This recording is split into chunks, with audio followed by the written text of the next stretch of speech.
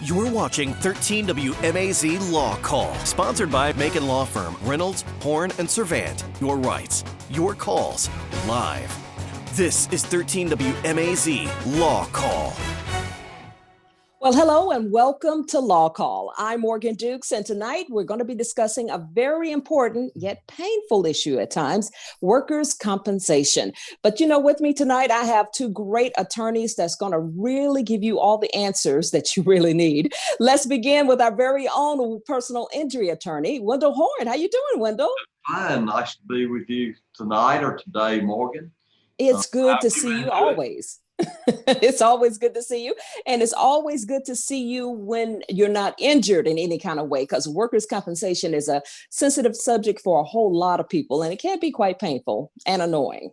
And we've got a guest with us tonight that can help you if that occurs to you. And it's Stephen McNeil with the law firm of Buzzell, Welch, and Hill. Stephen happens to be my son-in-law. And I've known Stephen now for, 15 years. And the best part about Stephen, that what I like about him the best, is that he's the father of three of my grandchildren. And, I've tried to teach Stephen everything he knows, but not everything I know. So he's going to help us with these questions tonight. Stephen went to the University of Georgia, so he's a double, and he went to law school at Mercer. Graduated from Mercer, practiced law shortly in Marietta, and then has been in Macon now, 10, 12 years, Stephen? 10 years now. 10 years now. And Stephen does a lot of workers' comp, Social Security, disability, and personal injury cases. And so he's kind of, if you're hurt, Stephen can help. And he's the guy. Yeah, he's going to be here to help us with workers' comp. And a lot of times, and he will tell you, workers' comp overlays into the Social Security disability. So, Stephen, glad to have you back on the show with us. Thank you for having me, Wendell, and thank you for having me, Morgan. Well, it's good to see you. I'm his favorite father-in-law, so I'm not sure about that, but I'm the only one he's got, so. That makes you the favorite. Makes you the favorite. Well, tonight, even though we laugh and smile and have a good time, workers' compensation can be a very difficult time for a whole lot of people who are going through it. So, gentlemen, if you're ready, let's get into our first question for tonight, okay? Our first question comes to us from Brad, and his question has to do with retail. Brad's question is, I work in retail and I'm interacting with people all the time. That's part of my job.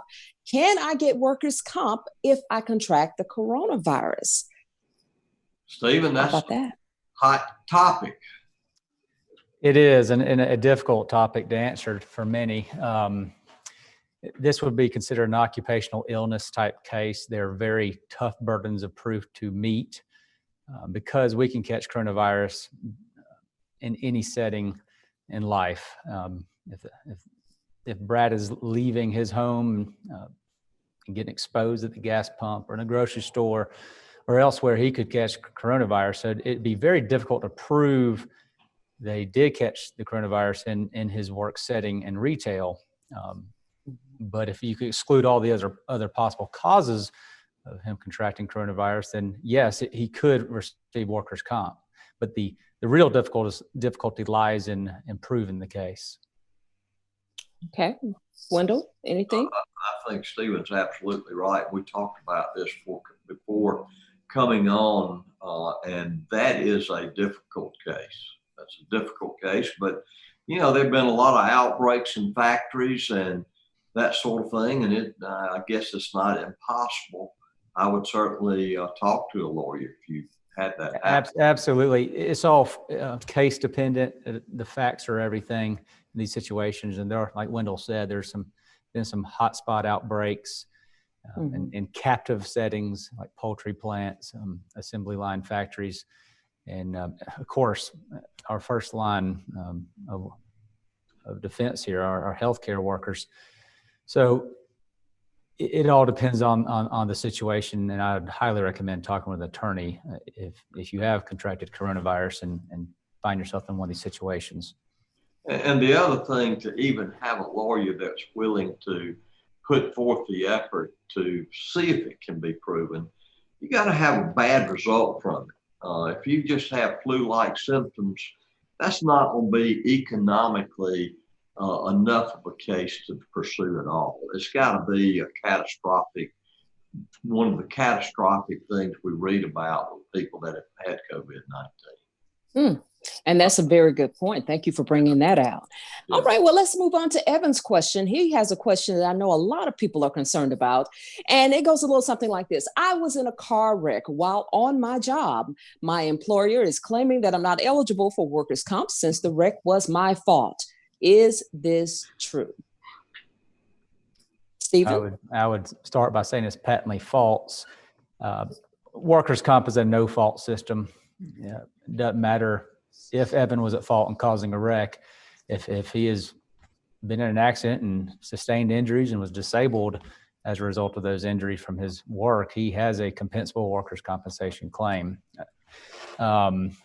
Employers often will do that, and that's why we always recommend talking with an attorney to really kind of level the playing field, because these employers and many insurers know the rules behind the law, and many of the employees do not. But that is a complete false statement that his employer is telling him. So he really needs to consult with an attorney on this one. And also, Morgan, the interesting thing about that is that if it was not his fault and was the other person's fault, he would have not only a personal injury claim, but also a workers' comp claim. So he would have two claims arising out of that setting. Okay. All right, then. Well, all the best to him. All right. We have a question now from Marcus, and this involves being hurt by a piece of machinery. And Marcus's question is, if you're badly hurt at work because of a piece of unsafe equipment, are you limited to recovering through workers' comp, or can you also sue your employer? Gentlemen? Stephen? This question kind of dovetails with Wendell's point earlier about having the ability to make dual personal injury and workers' compensation claims. Okay. Let's assume this piece of malfunctioning equipment was the fault of maybe the manufacturer, whoever, somebody who serviced the equipment that outside of this person's employer, a third party, if you will, or a third party company. Then yes, he could both make a workers' compensation claim and make a third-party liability or personal injury claim. However, if it was his employer who maintained this equipment and it was the fault of his employer, then he would be limited to solely a workers' compensation claim due to the exclusive remedy doctrine. Because workers' comp is a no-fault system, if a claim is compensable, then he is limited to filing a claim against his employer and their workers' comp insurer. Wendell, do you have anything to add to that? Yeah, I might add, we've handled a number of cases that were devastating injuries that occurred in a plant setting while on the job, and we have wanted to go in and see if there's a potential product case against the manufacturer of the piece of machinery that caused the injury. Ultimately, we've been able to always get in on every case that is into the plant, that sort of thing. But we have run into a lot of resistance from employers that get all jammed up because they think somehow they may be responsible for it and don't want you in, don't want you investigating, when in fact, and I think Stephen can probably speak better to this, an employer who has to pay workers' comp not premiums, but payout to an employee that's hurt on the job. If there's a lawsuit brought against the manufacturer of that piece of equipment, their insurance, workers' comp insurance company, has a subrogation claim and can be reimbursed for what they paid out. So it, in effect, helps their insurance company. So, they miss that a lot of times. And it takes a lot of explaining, a lot of effort oftentimes for us to even get into look at the machinery, see who manufactured it and what caused the injury. All right. Wendell Horn and Stephen McNeil are our attorneys for tonight. Workers' compensation is our topic. When we come back, we're going to find out what happens when doctors disagree. I'm Morgan Dukes, and you're watching LawCall.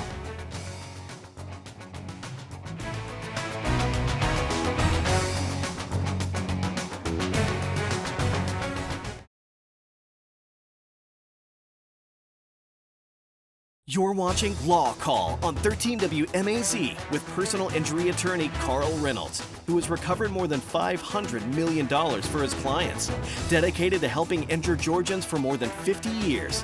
Plus, support from his Macon law firm of Reynolds, Horn, and Servant, including attorney Wendell Horn, focused on protecting the rights of car and truck wreck victims across the state, and attorney B.J. Servant, aggressively representing those injured by medical malpractice, hosted by award-winning broadcaster Morgan Dukes, featuring guests from across Middle Georgia. Your rights, your calls, live. This is Law Call on 13 WMAZ. And welcome back to Law Call. I'm Morgan Dukes, and our attorneys tonight are Wendell Horn and Stephen McNeil. And tonight's topic is workers' compensation. I know a lot of people have been hurt on the job or have some type of injury, and they wonder if it's covered by workers' comp or what's taken so long to resolve their claim. Well, we're taking your questions tonight, and we're going to get you some answers. So, gentlemen, are you ready for our next question? This one has to do with, doctors disagreeing. Sometimes when you get a second opinion, doctors just don't see things the same way. So this question comes from Kenneth. And his question is, I hurt my back at work and the workers' compensation doctor cleared me to go back to work, but my personal doctor disagrees. What should I do? All right, Stephen, what should he do? He needs to talk with an attorney first and foremost. Many times in workers' comp, the ability or the question of whether somebody's limited from their past work is a medical decision. It can be a battle of opinions between treating physicians. Workers' comp generally limits you to the panel of doctors that are supposed to be posted in break rooms or somewhere at their place of employment. A personal doctor probably would be outside that panel of physicians, but if the workers' comp doctor is saying you can go back to work, opinions still matter no matter who's paying for it, whether it's workers' comp or private insurance. Opinions are opinions. Sometimes we just have to look strongly at the weight of the opinions, level of training, expertise, especially on a particular type of injury and whether it's in that doctor's specialty or not. Wendell, do you have anything to add to that? It just seems like the deck is stacked against the employee. To stay on the panel, doctors got to give a lot of credence to the workers' comp insurance company, and they interact with them regularly. Workers' comp, and Stephen probably can go more into detail, but they have what is it called, Stephen? Nurses assigned to the case, or nurse case managers case managers. Kind of explain to the viewers why it sort of is a stacked deck against the employee. Well, it probably boils down to just the business really is very lucrative for a physician to be listed on a panel physician, especially at a place with many employees.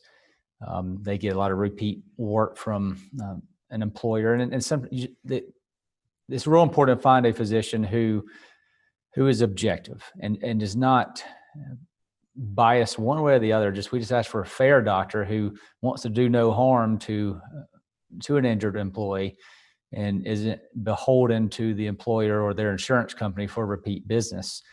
And that's why it's so important, being able to choose your own doctor off the panel of physicians. Many employers do not tell their employees that they have that right. And that selection of a physician or their second selection of a physician, if the first one doesn't work out, is very important. And we just ask for balance. And that's very important to remind people of, that they have the right to choose their physician from that panel. They don't have to be assigned a physician. So Absolutely. That's good their to know. Body, their right. That's not to say that all doctors that are on a listed panel are biased against the employee. That's not the case at all. But there is a lot of potential for that to happen. And you have to talk to somebody like Stephen that is, in this area all the time, and he learns through representing employees who those physicians are that do tend to be more biased toward the employer. Okay, and that's good to know. Workers' compensation is our topic tonight, and we are answering questions, email questions that have been sent to us about this topic. Our next one comes from Jackson, and Jackson wants to know that he says, I got hurt when one of the machines in the factory malfunctions. Now, workers' compensation is paying my medical bills, but I'm losing money because the workers' comp check is only a part of my usual salary. That doesn't seem fair since it wasn't my fault that I got hurt. What should Jackson do in this case, Stephen? What should he do? Well, that's a good question. And it's similar to the previous question we had about machinery hurting someone on the job. He needs to talk with an attorney to have an attorney take some due diligence and to investigate the claim to see if there's any potential third-party liability there. Because if there is some third-party liability where he could make a personal injury claim, then he could be additionally compensated for pain and suffering. And that's something that workers' comp does not allow for. Workers' comp is limited in that regards. Okay. Stephen, you might, since we haven't gone into this on the show, explain to the viewing audience exactly what an employee is entitled to under workers' comp and compare it to a personal injury claim. Okay. What I typically explain is there's really three buckets, if you will, benefits that you can receive if you have an accepted claim. And first and foremost would be indemnity benefits. That's a fancy legal word for income benefits. There's two types of those. I mean, there's TTD, which is when you're completely out of work, and there's TPD benefits, or temporary partial disability benefits, for when you may have your hours reduced or your salary reduced. And they do owe 66% of the difference between your before accident and post accident wages. The second area of benefits will be the medical benefits. And that is what you would think of it as, but it's far more than that. It's mileage reimbursement. It can be lodging and meals if you have to travel too far from your home, medical devices at home. It can prescriptions, testing, you name it. The last area of benefits would be permanent partial disability benefits, or PPD benefits, for someone who has been permanently disabled as a result of being injured on the job. They have to be compensated for not being ever made whole again. It's not quite the same as pain and suffering, but it's about the closest thing that an injured worker will see in a workers' compensation claim to pain and suffering. But that is something that has to be tested and rated for by physical therapists and signed off by a primary, their authorized treating physician, or the ATP. There's really three areas of benefits that an injured worker can receive. Okay. Stephen McNeil is our attorney. Wendell Horn is also with us tonight. We are discussing workers' compensation, and we're going to come back with more of your questions right here on Law Call.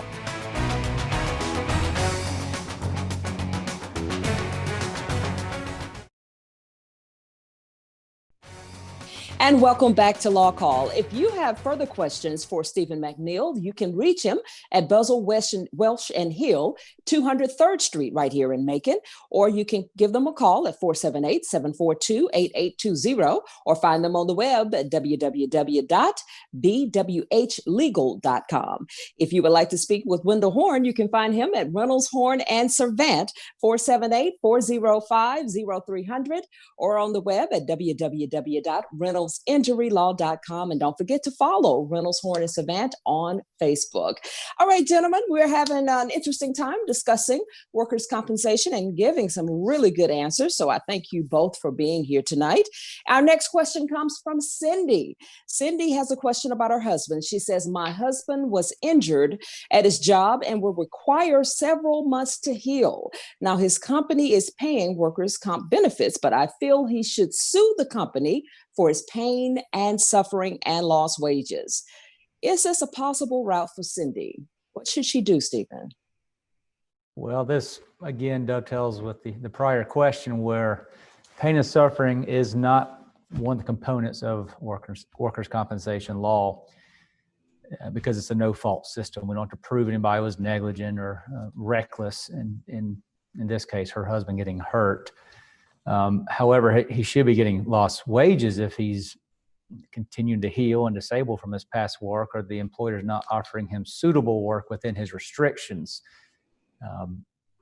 Unfortunately, pain and suffering is not a component of it. Now, he will be compensated at the end of the claim, or should be compensated if there is a permanent impairment to any degree.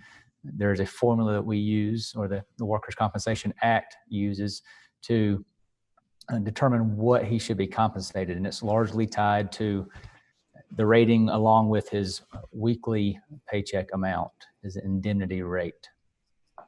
Yeah, and that's kind of, workers' comp cuts both ways. On the one hand, Cindy didn't really go into how her husband was hurt on the job. The injury could have been his own fault instead of the fault of someone else's or the company's fault.